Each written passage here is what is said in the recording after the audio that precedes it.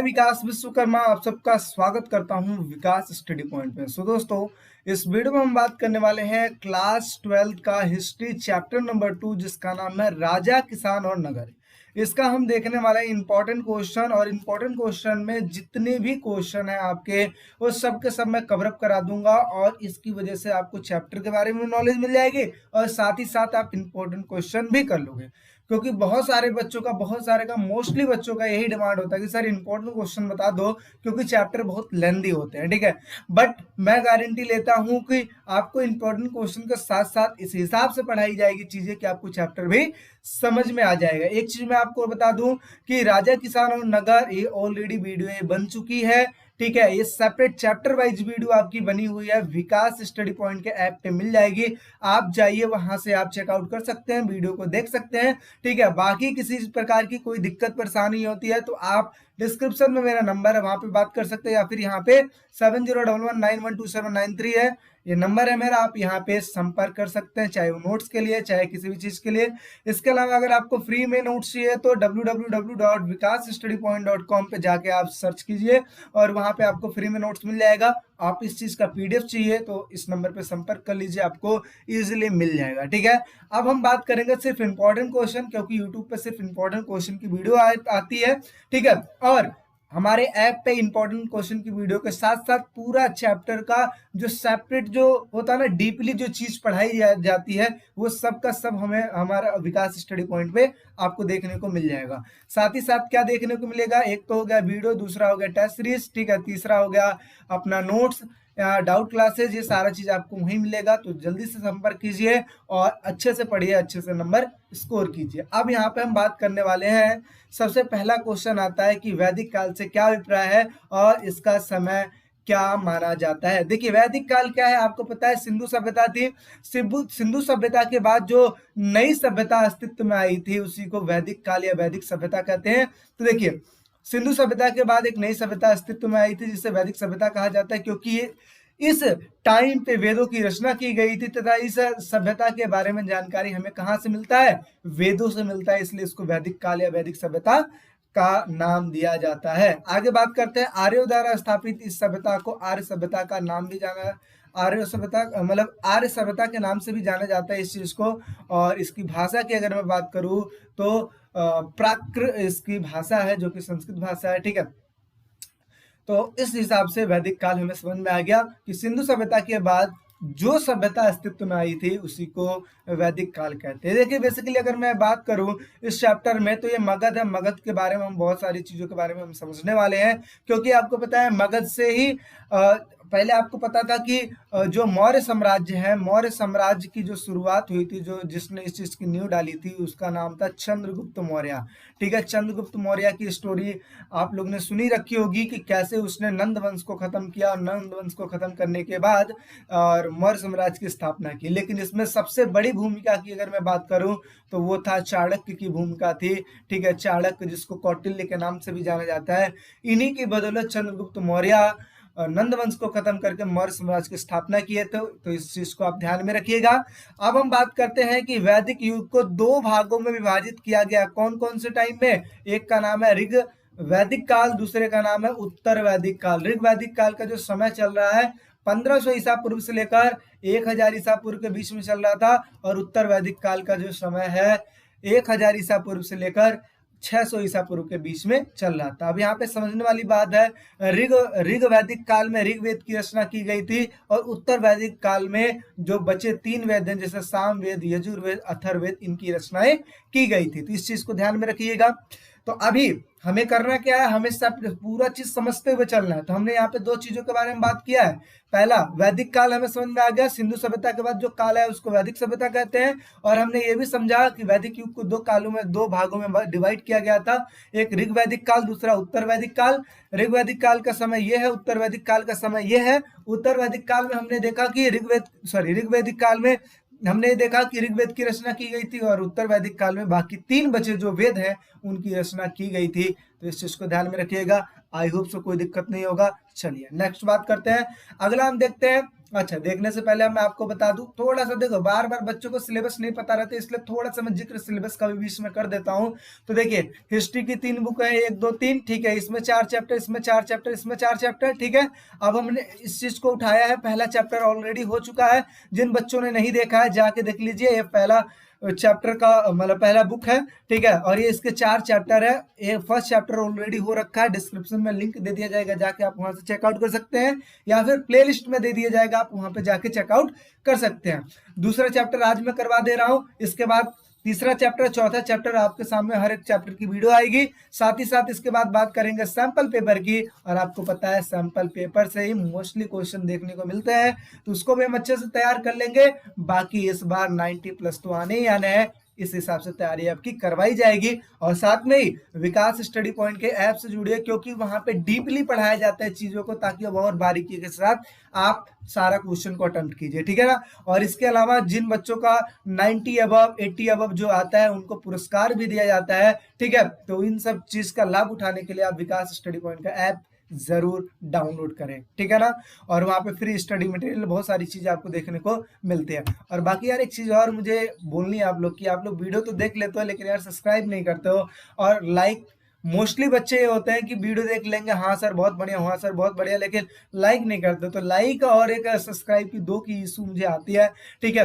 तो ज्यादा से ज्यादा बच्चों के पास शेयर करो यार। देखो ये सारे चीज आप लोग मेहनत करके एक एक वर्डों को टाइप किया जाता है, आप देखते हो ना, एक वर्ड में गलती हो जाती है, सर का तो सर गलती होगी इस चीज में, तो यार इन वर्डों को भी टाइप किया जाता है, कहीं ऐसा नहीं कि प्रिंट करके है ना आपको आपके सामने ला दिया गया, नहीं, इसको टाइप किया जाता है, और जब टाइप करते हैं तो मेहनत तो लगती है ना यार। तो इस चीज के लिए आप जल्दी से लाइक कर दीजिए, और अपने फ्रेंडों में शेयर कर दीजिए, और चैनल पे नए हैं तो सब्सक्राइब कर लीजिए। चलिए अब बात करते हैं, दूसरा क्वेश्चन है, 6ठी शताब्दी ईसा पूर्व से लेकर छठी शताब्दी ईसा पूर्व एक परिवर्तन का काल क्यों माना जाता है, यानी कि इस काल को एक परिवर्तन का काल क्यों माना जाता है, ये पूछा जाता था 2 नंबर में, और इस बार भी हो सकता है कि इस हिसाब से क्वेश्चन पूछे जा सकते हैं, ठीक है। जो कि हमारे सैंपल पेपर आएगा उसमें मैं आपको क्लियर कर दूंगा कि कितने 1 नंबर के क्वेश्चन आएंगे, कितने 2 नंबर के आएंगे, कितने 5 नंबर के आएंगे, इस हिसाब से जितनी भी चीजें वो सारे मैं क्लियर आपको कर दूंगा। तो समझिए यहाँ पे 6ठी शताब्दी ईसा पूर्व एक परिवर्तन का काल क्यों माना जाता है, क्योंकि इसमें नए नए नगरों की उत्पत्ति हुई। आगे आप चल के पढ़ोगे कि नए नए महाजनपदों की उत्पत्ति हुई थी, 16 महाजनपद बनाए गए थे, नए नए राज्य बनाए गए, राज्यों की उत्पत्ति हुई थी, तो इस वजह से परिवर्तन का काल माना जाता है। इसके साथ साथ लोहे के बढ़ते उपयोग, इस टाइम पे लोहे की मात्रा इतनी ज्यादा हमें मिलने लगी थी, जिसकी वजह से हम हर एक चीजों में लोहे का यूज करने लगे थे। जैसे आप देखते हो पहले के जो घर बनाए जाते थे, जिसमें खिड़की में आपको पता है लक्कड़ का यूज किया जाता था, दरवाजे में लक्कड़ का यूज किया जाता था, जब लोहे की मात्रा सबसे ज्यादा हो गई तो लोहे का यूज करने लगे। इसके साथ साथ अब लोगों का फैशन बन गया स्टील का लगवाने का, तब स्टील का लगवा रहे हैं। तो ऐसे ही लोहे के बढ़ते उपयोग की वजह से जो काफी चीजों में परिवर्तन देखने को मिला, जैसे आप देखते हो कि एक तो समाज का विकास भी हुआ, और साथ ही साथ आपने हल देखा है, हल हल जो होता है, जो बलराम जी लेके चलते थे, तो हल का जो ये नीचे वाला जो पोर्शन है ना, लोहे का फाल होता है ये, क्योंकि ये मिट्टी में जाता है तो मिट्टी में इजीली घुस जाएगा, ठीक है। तो लोहे का फाल का यूज किया गया था, जो कि हम आगे अभी पढ़ने वाले हैं, ठीक है। तो इस वजह से इसका परिवर्तन का काल इसी वजह से भी माना जाता है, क्योंकि इससे पैदावार बढ़ गया था, खेती में प्रोडक्शन बढ़ गया था, तो ये सारा चीज है। इसके अलावा सिक्के का विकास हुआ था, ठीक है। और इसके साथ साथ अगर मैं बात करूं तो दार्शनिक विचारकों का विकास हुआ था, जैसे जैन धर्म, बौद्ध धर्म इसी समय पे आए थे, तो इस वजह से इसको परिवर्तन का काल माना जाता है। समझ में आ गया, बढ़े आगे, चलिए जी तीसरे क्वेश्चन की बात करते हैं। मैगस्थनीज के अनुसार सेना व्यवस्था क्या थी, मैगस्थनीज कौन था, सबसे पहले आप कमेंट सेक्शन में मुझे बताइए। हाँ, आप लोग के हिंट के लिए मैं आपको बता दूं कि एक राजदूत था, ठीक है, और राजदूत था, और ये वहीं पे चंद्रगुप्त मौर्य के समय पे वो वहीं पे रहा, वहां की सारी चीजों को देखा, किस हिसाब से वहां की सेना व्यवस्था है, किस हिसाब से वो अपने सेना को डिवाइड कर रखे हैं, और किस हिसाब से वो लड़ते हैं, किस हिसाब से जीतते हैं, क्या स्ट्रेटजी यूज करते हैं, इन सभी चीजों के बारे में उसने एक पुस्तक बनाई थी, जिसमें उसने सेना व्यवस्था के बारे में जिक्र किया था, उनके साम्राज्यों के बारे में जिक्र किया था। तो यहाँ पे देखिए मेगास्थनीज के अनुसार सेना व्यवस्था में एक समिति हुआ करती थी और 6 उप समिति हुआ करती थी। एक समिति और 6 उप समिति हुआ करती थी, और जो 6 उप समिति हुआ करती थी, इसमें सबसे पहला नौसेना संचालन, ऐसे बंदे जो नौसेना मतलब एक तरीके से देखो ना, थल सेना जो होती है ना, ठीक है, क्योंकि आपको पता है लड़ाई कई टाइप से की सॉरी कई वजह से की जाती थी, मतलब कई टाइप से की जाती थी, जैसे अश्वारोही होते थे, रथारोही होते थे, कुछ पैदल चलने वाले होते हैं, ठीक है ना। तो इस तरीके से तो इन्होंने क्या किया था, इन्होंने अपने सेना को 6 चीजों में डिवाइड कर दिया था। पहला है नौसेना संचालन, दूसरा है यातायात और खान पान संचालन। जाहिर सी बात है जो सेनाएं होंगी उसको यातायात के लिए संसाधन की जरूरत तो होगी इसके साथ साथ खाने पीने के लिए उत्पादन की जरूरत तो होगी ही, ठीक है, उपभोक्ता वस्तु की जरूरत तो होगी। तो इस चीज को भी संचालित करने के लिए लोगों को रखा गया था। पैदल सैनिक संचालन के लिए भी रखा गया था। अश्वारोही जो अश्वों का जो संचालन कर सकते थे उनको रखा गया था। रथारोही रथों के द्वारा लड़ाई करते थे उनको रखा गया था।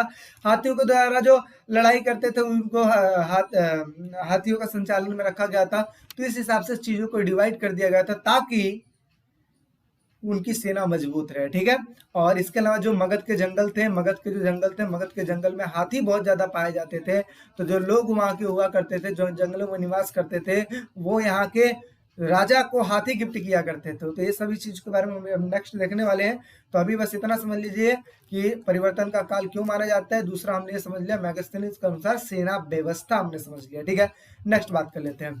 अब आगे समझते हैं धम्म क्या है। धम्म क्या है, व्हाट मतलब धम्म किसको कहते हैं, ठीक है। तो धम्म देखिए एक प्रकार की नियमावली है। नियमावली समझते हो ना, जिसमें नियम कानून लिखे जाते हैं।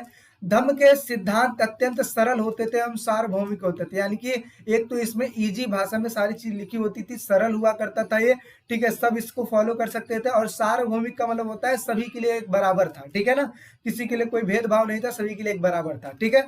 अशोक ने अभिलेखों के माध्यम से धम्म का प्रचार किया। अभिलेख किसको कहते हैं, अभिलेख यानी कि मजबूत सतह पर लिखे गए लेख को अभिलेख कहा जाता है। तो अभिलेख में जो धम्म के बारे में जिक्र करवाया था, किसने करवाया था, अशोक ने करवाया था। इसने अपने साम्राज्य में जगह जगह पे अभिलेखों को स्थापित कर दिया था और इसमें नियम लिखवा दिया गया था कि आपको क्या करना है क्या नहीं करना है, ठीक है ना। और इसमें क्या क्या चीजें लिखी गई थी, कुछ बातें आपके सामने रखी जा रही है। जैसे इसमें बड़ों के प्रति आदर रखा गया था, सन्यासियों और ब्राह्मणों के प्रति उदारता यानी कि अच्छा व्यवहार रखिए। सेवकों तथा दासों के प्रति उदार व्यवहार तथा दूसरे धर्मों एवं परंपराओं का आदर, यानी कि अपने धर्म को तो आप मानो ही मानो, साथ में दूसरे का जो धर्म है ना उसका भी आप आदर कीजिए, ठीक है। इसके साथ साथ धम्म के प्रचार के लिए इन्होंने एक टीम की भी स्थापना की थी और टीम को कहते थे धम्म महामात्र के नाम से जाना जाता था। तो देखिए अगर एमसीक्यू के क्वेश्चन अगर आ जाते हैं तो इसमें ये भी क्वेश्चन पूछा जा सकता है कि धम्म को फैलाने के लिए किन मतलब कौन से अधिकारियों की नियुक्ति की गई थी। तो आप कहोगे धम्म महामात्र, इसमें ऑप्शन में लिखा रहेगा, आपको सिर्फ उस पर टिक लगाना है। तो ये तो आप कर ही सकते हो। नेक्स्ट बात कर लेते हैं। अब अगला क्वेश्चन होता है कि ब्राह्मी और खरोष्टी लिपियों का अर्थ कब और किसने निकाला था। तो ब्राह्मी और खरोष्टी लिपि का अर्थ जो था जेम्स प्रिंसेप ने निकाला था। और जेम्स प्रिंसेप ने कब निकाला था, 1838 में निकाला था। और जेम्स प्रिंसेप था कौन, ये ईस्ट इंडिया कंपनी का एक अधिकारी था और इसने ब्राह्मी लिपि का इस्तेमाल अशोक के अभिलेखों में किया था। किया, देखिए मतलब क्या है कि इसने ब्राह्मी लिपि की खोज की थी। और ब्राह्मी लिपि की खोज मतलब क्या है कि अशोक की जो मैक्सिमम जो अभिलेख थे वो ब्राह्मी लिपि में लिखे गए थे। तो इसने क्या किया, तो उस चीज को पढ़ा था। तो यही लिखा हुआ है, ठीक है। ब्राह्मी लिपि को पढ़ने में इसने सहायता किया था तथा इस लिपि का उपयोग उस समय के सिक्के और अभिलेखों में भी दिखाई देता है, ठीक है। तो इसने क्या किया था, इसने उस चीज को पढ़ा था, उनके अभिलेखों को पढ़ा था तथा सिक्कों पे जो चीज लिखी गई थी उन सभी चीजों को पढ़ा था। तो इस वजह से जेम्स प्रिंसेप को जाना जाता है। समझ में आ गई चीजें। चलिए नेक्स्ट की बात कर लेते हैं। अगला देखिए यहाँ पे लिखा है कि जनपद से क्या अभिप्राय है, 16 महाजनपद कौन से थे। देखिए यहाँ पे हालांकि ये क्वेश्चन जो है ये 2 नंबर के क्वेश्चन में आता है, जनपद से क्या अभिप्राय है। और 16 महाजनपद मैं क्यों पढ़ा रहा हूँ, क्योंकि इसमें से मैप के क्वेश्चन बन सकते हैं। जो आगे चल के मैं मैप के क्वेश्चन करवाऊंगा वहां से आपको सारी चीजें क्लियर हो जाएंगी। अभी बस इतना समझो कि जनपद से क्या अभिप्राय है। जनपद 2 शब्दों से मिलकर बना है, जन और पद। जहां जन का मतलब होता है लोग तथा पद का अर्थ ये होता है पैर, यानी कि ऐसा माना जाता है कि जहां जनता का पैर पड़ गया ना उसी को जनपद कहा गया है, ठीक है। तो अर्थात जहां लोगों का पैर पड़ा हो या फिर हम बोल सकते हैं जहां पर लोग बसे हुए हो उसी को जनपद कहा जाता है। 16 महाजनपद थे, कौन कौन से थे।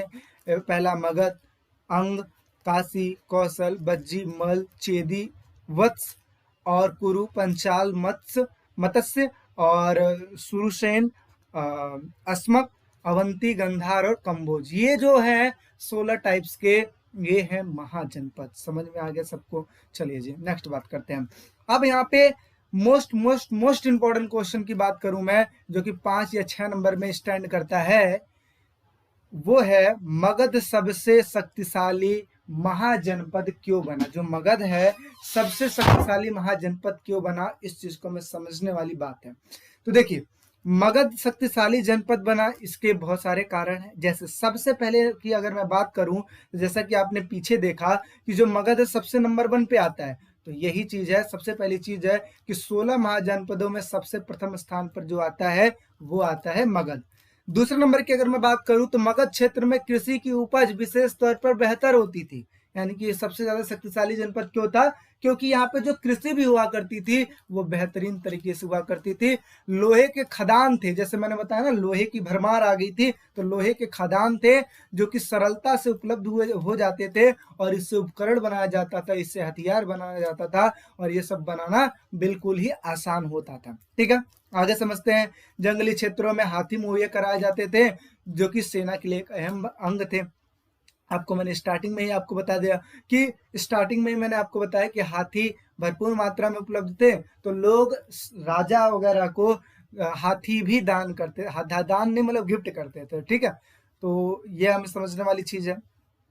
नेक्स्ट बात करते हैं। अगला लिखा है कि नदियों के रास्ते यातायात होना बहुत ज्यादा सस्ता और सुलभ माना जाता था।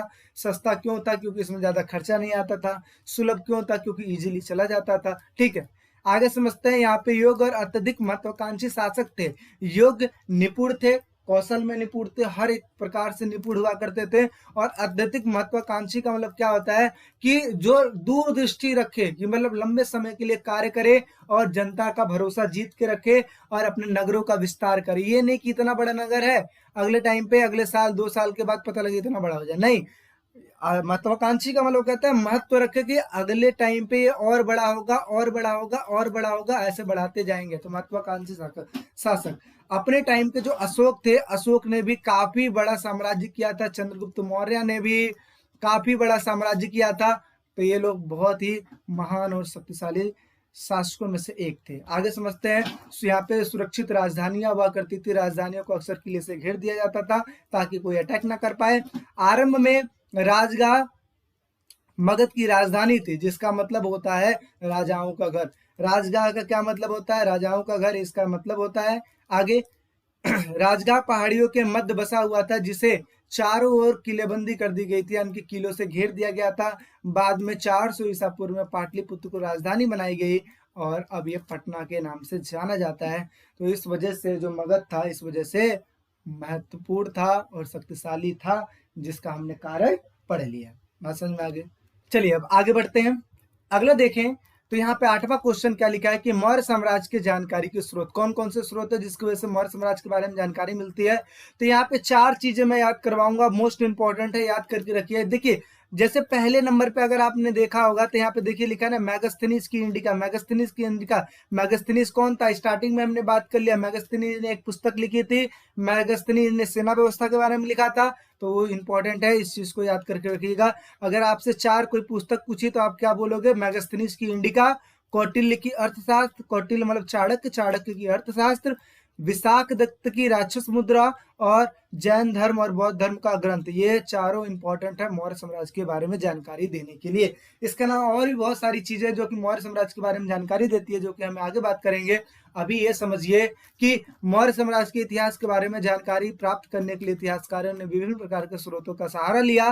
पहले नंबर पे जो आता है, चंद्रगुप्त मौर्य के दरबार में आए यूनानी राजदूत। ये यूनान के राजदूत थे जिनका नाम था मैगस्थनीज, और इन्होंने एक पुस्तक लिखी थी जिसका नाम था इंडिका। और इसमें क्या चीज का वर्णन किया गया है? इस पुस्तक में मौर्य साम्राज्य का शासन प्रणाली तथा तत्कालीन समाज का सुंदर वर्णन किया गया है। दूसरे नंबर अगर मैं बात करूं तो कौटिल्य की अर्थशास्त्र, इसमें मौर्य साम्राज्य का शासन प्रणाली के बारे में लिखा गया है तथा नीतियों के बारे में लिखा गया है कि किस हिसाब से क्या हमें करना है। क्योंकि आपको पता है कि जो पूरा प्रशिक्षण का जिन्होंने काम दिया था वो चाणक्य ने दिया था, कौटिल्य ने दिया था।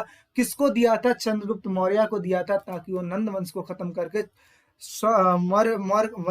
नंद वंश को खत्म करके मौर्य शासन को स्थापित कर पाए। ठीक है, इसके अलावा अगर मैं तीसरे की बात करूं तो विशाखदत्त की राक्षस मुद्रा, ये जो थे इन्होंने किस चीज के बारे में लिखा है कि चंद्रगुप्त ने नंद वंश को किस प्रकार से राज्य प्राप्त किया, यानी कि नंद वंश को खत्म करके कैसे चंद्रगुप्त मौर्य ने मौर्य साम्राज्य की स्थापना की। इन्होंने राक्षस मुद्रा में इन चीजों का वर्णन किया है। और इसके साथ ही मौर्य शासकों का वर्णन किसमें मिलता है, जैन धर्म और बौद्ध धर्म के भी ग्रंथों में देखने को मिल जाता है। आगे समझते हैं। 5वें नंबर पे है पत्थरों में स्तंभों पर मिले अशोक के अभिलेख अक्सर सबसे बहुमूल्य स्रोतों में से एक माने जाते हैं, और ये हमें अशोक के धर्म तथा प्रजा हितैषी कार्यों की विशेष जानकारी देते हैं।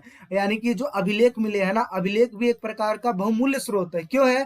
क्योंकि इसमें अशोक के धर्मों के बारे में जिक्र किया गया है, इनके प्रजा के बारे में जिक्र किया गया है कि इन्होंने अपने प्रजा के हितैषी का मतलब होता है प्रजा के लिए कार्य करना, हित के लिए कार्य करना। उन्होंने जो भी कार्य किया था प्रजा के हित के लिए, उन सभी चीजों का वर्णन अभिलेखों में मिलता है। इस वजह से ये अभिलेख भी काफी बहुमूल्य स्रोतों में से एक है। इसके अलावा मूर्तिकला, ठीक है, मूर्तिकला में भी कहीं ना कहीं जिक्र मिलता है। ठीक है, तो इन सभी की वजह से मौर्य साम्राज्य को हमें जानकारी मिलती है। इसके अलावा आपने सुना होगा कि अशोक ने स्तूपों का निर्माण कराया था। स्तूप कहाँ का? सांची का स्तूप, ठीक है, अमरावती का स्तूप, अलग अलग जगहों का स्तूपों का निर्माण करवाया था। क्यों करवाया था? ताकि जो बुद्ध भगवान से जुड़ी हुई उनकी अस्थियां थी उनको गाड़ कर वहां पे स्तूप बनाया जा सके, ताकि लोग जाके वहां पे प्रार्थना कर सके। तो ये कार्य अशोक ने ही किया था, जो कि हम चौथे चैप्टर में हम पढ़ने वाले हैं। तो अभी बस इतना समझिए कि मौर्य साम्राज्य के बारे में जानकारी के 4 तो ऊपर मैंने बता दिया, एक मैंने अभिलेख बता दिया, एक मैंने मूर्तिकला बता दी। तो इन चीजों की वजह से जानकारी मिलती है। नेक्स्ट बात कर लेते हैं। अगला लिखा है कि वर्णित काल में कृषि के तौर तरीकों में किस हद तक परिवर्तन हुए। तो अब यहाँ पे देखिए कि वर्णित काल जो यानी कि जो समय काल दिया गया है, इसमें जो कृषि के तौर तरीकों में क्या परिवर्तन देखने को मिले। तो जाहिर सी बात है, मैंने आपको बताया था लोहे का फाल यूज होने लगा था। फाल, ठीक है, लोहे का फाल मतलब ये है कि मैंने बताया ना, जो हल था, हल के नीचे लोहे का फाल लगा करता था, ताकि ये मिट्टी के सतह में इस हिसाब से घुसे और जुताई इससे अच्छी हो पाए। तो अब देखिए क्या लिखा कि वर्णित काल में अगर मैं बात करूं तो राजा और प्रजा, विशेषकर ग्रामीण प्रजा के बीच तनावपूर्ण संबंध रहा करते थे। क्योंकि ऐसा माना जाता था, क्योंकि शासक अपने राजकोष को भरने के लिए बड़े बड़े कर की मांग करने लगे थे। जैसा कि आपने सुना होगा, आपने लगान मूवी में भी आपने देखा होगा कि उस टाइम पे जो राजा थे, उस टाइम पे जो अंग्रेज हुआ करते थे, वो ज्यादा से ज्यादा कर मांगते थे।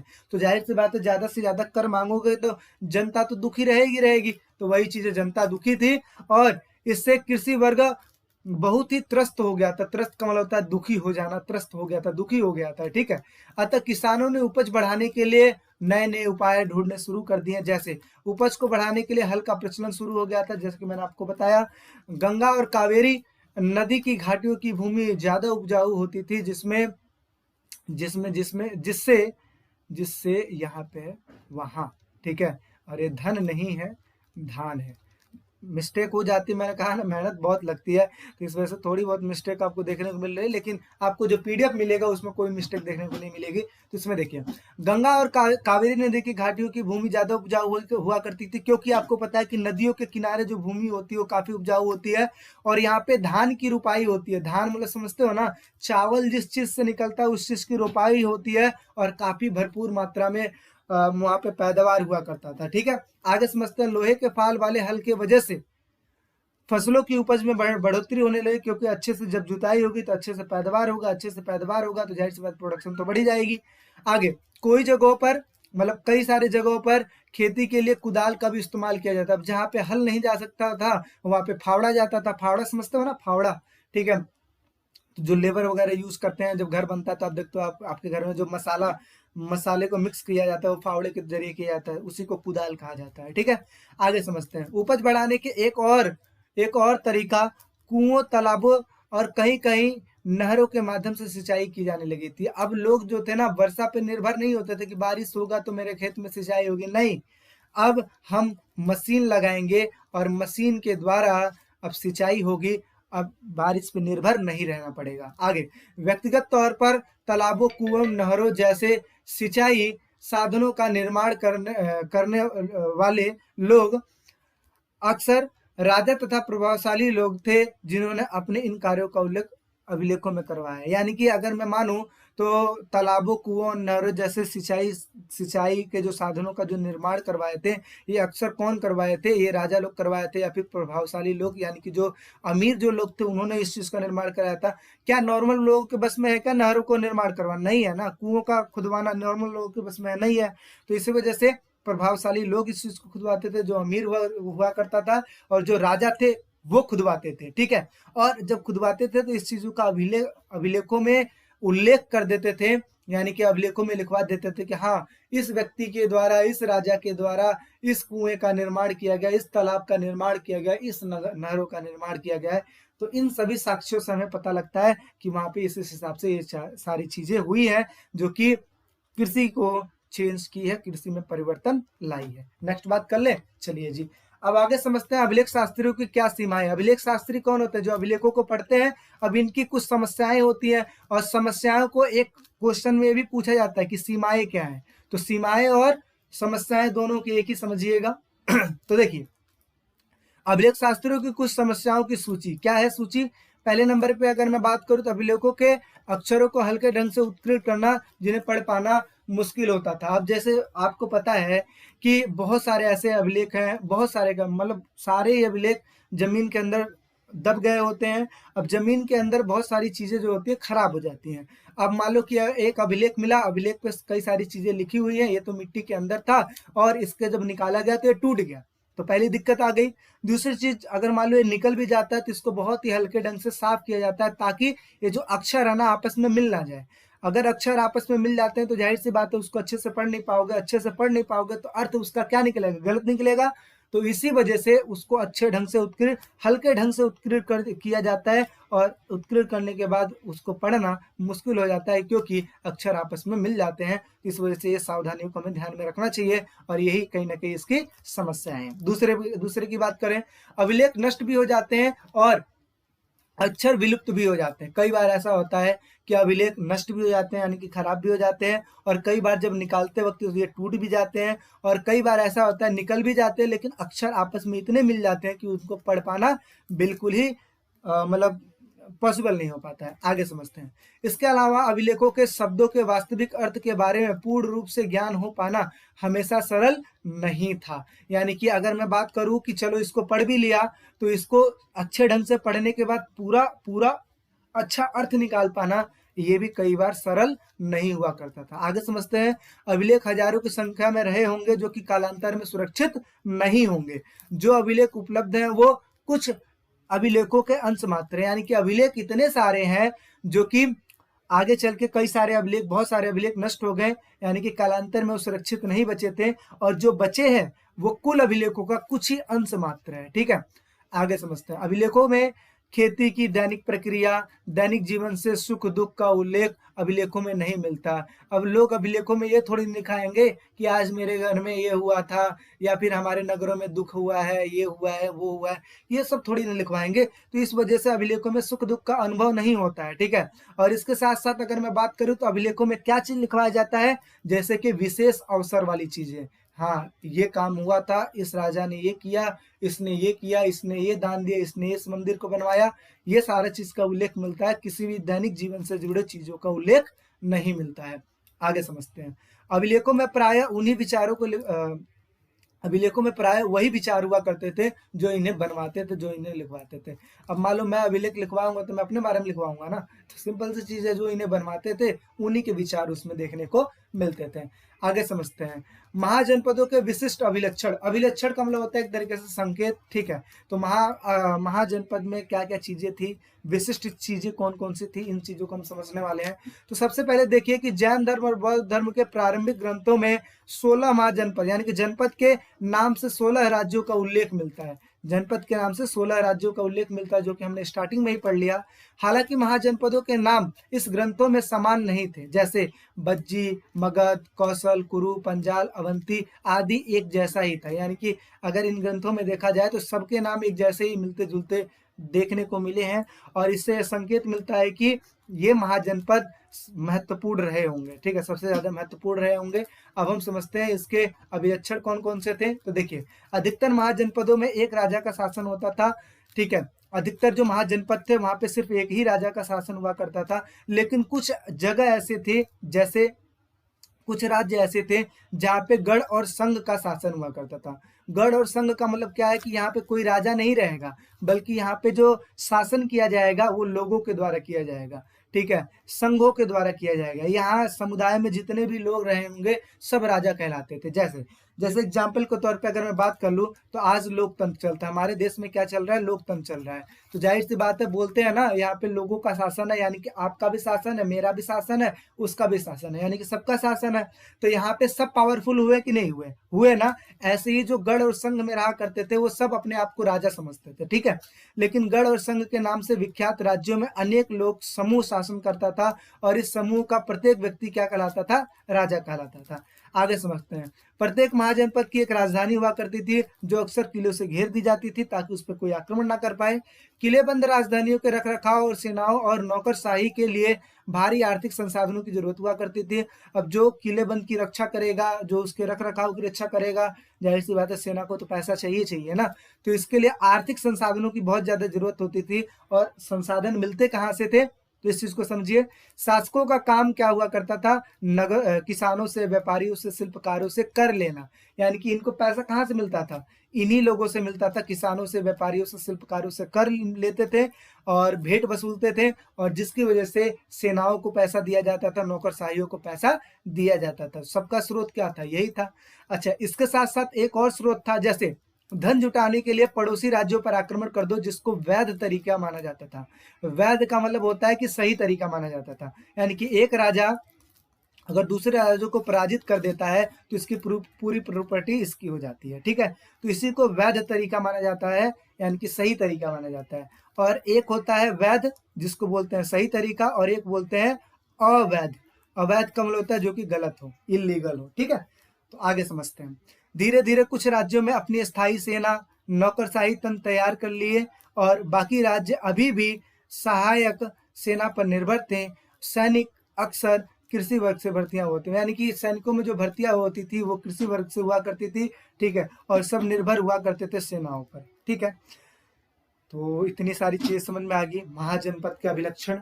चलिए नेक्स्ट बात कर लेते हैं। आप समझते हैं कि सामान्य लोगों के जीवन का पुनर्निर्माण इतिहासकार कैसे करते हैं, यानी कि सामान्य लोगों के जीवन का पुनर्निर्माण इतिहासकार कैसे करते हैं। और इस चीज का मैं आंसर शायद आपको फर्स्ट चैप्टर में भी आपको मैंने बताया है कुछ इस तरीके से, कि अतीत का पुनर्निर्माण किस हिसाब से किया जाता है। मैं कहता हूं एक चीज को आप समझिए, सिर्फ एक चीज को समझेंगे तो उससे क्या होता है, सभी क्वेश्चन को करने में आइडिया लग जाता है। अब देखिए, मिलता जुलता क्वेश्चन था ना कि अतीत का पुनर्निर्माण कैसे होता है, और ऐसे ही लोगों का पुनर्निर्माण कैसे होता है, तो इस चीज को समझिए। तो इसके प्रकार कुछ इस तरीके से हैं। जैसे पहला है कि सामान्य लोगों के जीवन का पूर्ण ज्ञान अभिलेख शास्त्र नहीं मिलता है, क्योंकि अभिलेखों में उस चीज का ज्यादा जिक्र नहीं किया जाता है। आगे क्या लिखा है, अतः विभिन्न सामाजिक समुदायों के उदय के विषय में गंभीर अध्ययन आवश्यक हो जाता है। तो जब हमें अभिलेखों में इस चीज का ज्ञान नहीं मिलता है तो बाकी के जो ग्रंथ वगैरह है उस चीज को पढ़ने में हमें मतलब पढ़ना सबसे ज्यादा आवश्यक हो जाता है। और कैसे पढ़ना, गंभीरता से, यानी कि बारीकी से पढ़ना बहुत ही ज्यादा आवश्यक हो जाता है। आगे इसके अलावा हमें नॉर्मल जीवन के बारे में कैसे पता लगेगा, सामान्य लोगों के बारे में कैसे पता लगेगा, उनके भवनों से, उनके बर्तनों से, इनके बर्तनों के अवशेषों से पता लगेगा, उनके सामाजिक जीवन का पता चलने लगता है। खुदाई से प्राप्त अनाजों के दानों, जानवरों की हड्डियों से भी भोजन के बारे में जानकारी देखने को मिल जाती है। इतिहासकार अभिलेखों, ग्रंथों, सिक्कों, चित्रों जैसे विभिन्न स्रोतों का अध्ययन करते हैं। ये सामग्रियां सामान्य लोगों के जीवन का पुनर्निर्माण करने में सहायक होती है। साथ ही साथ बात किया जाए तो समाज पुरुष प्रधान था, क्या, पुरुष प्रधान था, और कृषि उनका मुख्य पेशा था, यानी कि पुरुष प्रधान रहेगा, पुरुषों की ही चलेगी। और यहाँ पे सबसे ज्यादा जो मुख्य पेशा था वो था कृषि, यानी कि जो लोग सबसे ज्यादा जो कार्य करते थे वो खेती किया करते थे। आगे समझते हैं भूमिहीन खेतीहर, भूमिहीन जिनके पास भूमि नहीं हुआ करती थी, ऐसे जो लोग हुआ करते थे वो श्रमिक बन जाते थे, छोटे किसान बन जाते थे, या फिर बड़े बड़े जमींदारों का भी जो खेतीहर जिनके पास अपनी भूमि नहीं हुआ करती थी, वो क्या श्रमिक बन जाते थे, ठीक है। और जो लैंडलॉर्ड हुआ करता था, जो जमींदार हुआ करते थे, उनके अंडर जाके काम किया करते थे, और या फिर दूसरे का खेत लेकर उसमें फसल उगाते थे और उसको भी हिस्सा दे देते थे। इस हिसाब से इनका जीवन चलता था। तो भूमिहीन, खेतीहर के बारे में, श्रमिकों के बारे में, छोटे किसानों के बारे में और बड़े जमींदारों के बारे में, इन सभी चीजों के बारे में उल्लेख हमें मिलता है ग्रंथों में, और ग्रंथों की वजह से हम सामान्य जो लोग हैं उनके जीवन का पुनर्निर्माण कर पाते हैं। इसके अलावा ग्रंथों की वजह से हमें यह भी समझ में आया है कि घर का जो मुखिया होता है वो गृहपति इसको बोलते हैं। क्या बोलते हैं? गृहपति बोलते हैं, ठीक है। इसके अलावा लोक कथाओं में, यानी कि लोगों के कथाओं में सामान्य लोगों के जीवन के बारे में हमें जानकारी मिलती है।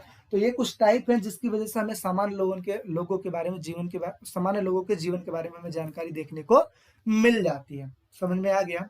बढ़े आगे, चलिए 13वें की बात करते हैं। 13वां क्वेश्चन यह है कि मौर्य प्रशासन के प्रमुख अभिलक्षणों की चर्चा कीजिए। जो मौर्य प्रशासन के प्रमुख अभिलक्षण, अभी हमने पिछला बात किया ना, महाजनपदों के अभिलक्षण कुछ मिलता जुलता है, ये चीजों को अच्छे से समझ में आ जाएगा, ध्यान से समझिएगा। मौर्य प्रशासन के प्रमुख अभिलक्षणों की चर्चा कीजिए, ये आपके चैप्टर का लास्ट टॉपिक है, तो इस वजह से ध्यान से समझ लीजिएगा, इसके साथ साथ आपका चैप्टर ओवर हो जाएगा।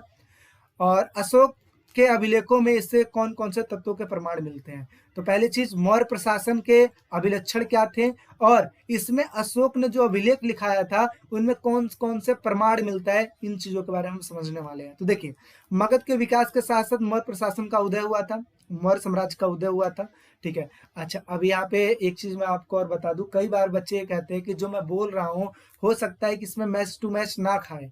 कई बार ऐसा होता है ना कि जैसे चीजें पढ़ाते पढ़ाते हमें याद हो चुकी है तो हमारे जुबान पे तो वही रहेगा। हम इसमें ये थोड़ी ना कि एक एक लाइन को पढ़ेंगे, एक एक वर्डों को पढ़ेंगे तब आपको एक्सप्लेन करेंगे, नहीं। जब हम इंस्टीट्यूट में पढ़ाते हैं तो हमारे वर्डों, हमारी जबान पे याद हो जाती है चीजें, तो इसी वजह से कई बार ऐसा होता है चीजें जो याद हो जाती है वही निकलता है, तो हमें ये पढ़ने की जरूरत नहीं पड़ती है। इस वजह से हम क्या करते हैं, जितना इजी वे में समझाना हो सकता है उतने इजी वे में समझाते हैं, बिना इन चीजों को एक एक लाइन पढ़े हुए, ठीक है। तो इसी वजह से मैं आपको बताना, तो कई बार वर्डों में भी ऊपर नीचे हो जाता है, तो आप ये मत समझिएगा कि सर ये लाइन को पढ़ रहे थे, इस लाइन को मतलब इस वर्ड को पढ़ा नहीं, या इस वर्ड को कुछ और बोल दिया, तो ये मत समझिएगा, क्योंकि चीजें हमारे मुंह पे याद होती है तो निकल जाती है, फटाक से निकल जाती है, जरूरी नहीं है कि अगला वर्ड यही हो, ठीक है। तो इस चीज को ध्यान में रखिएगा। समझते हैं। तो मैंने आपको बताया कि मगध के विकास के साथ साथ क्या हुआ था, मौर्य साम्राज्य का उदय हुआ था। आगे, मौर्य साम्राज्य के संस्थापक किसको माने जाते हैं? जाहिर सी बात है, चंद्रगुप्त मौर्य को कहा जाता है। अच्छा, इसका शासन जो था पश्चिमोत्तर में अफगानिस्तान और बलूचिस्तान तक ये फैला हुआ था। आगे अगर मैं बात करूं तो जो अशोक था वो सबसे ज्यादा सर्व प्रसिद्ध शासक था, यानी कि हर जगह फेमस था, और इसके लिए एक वर्ड भी यूज किया जाता है, पियदस्सी।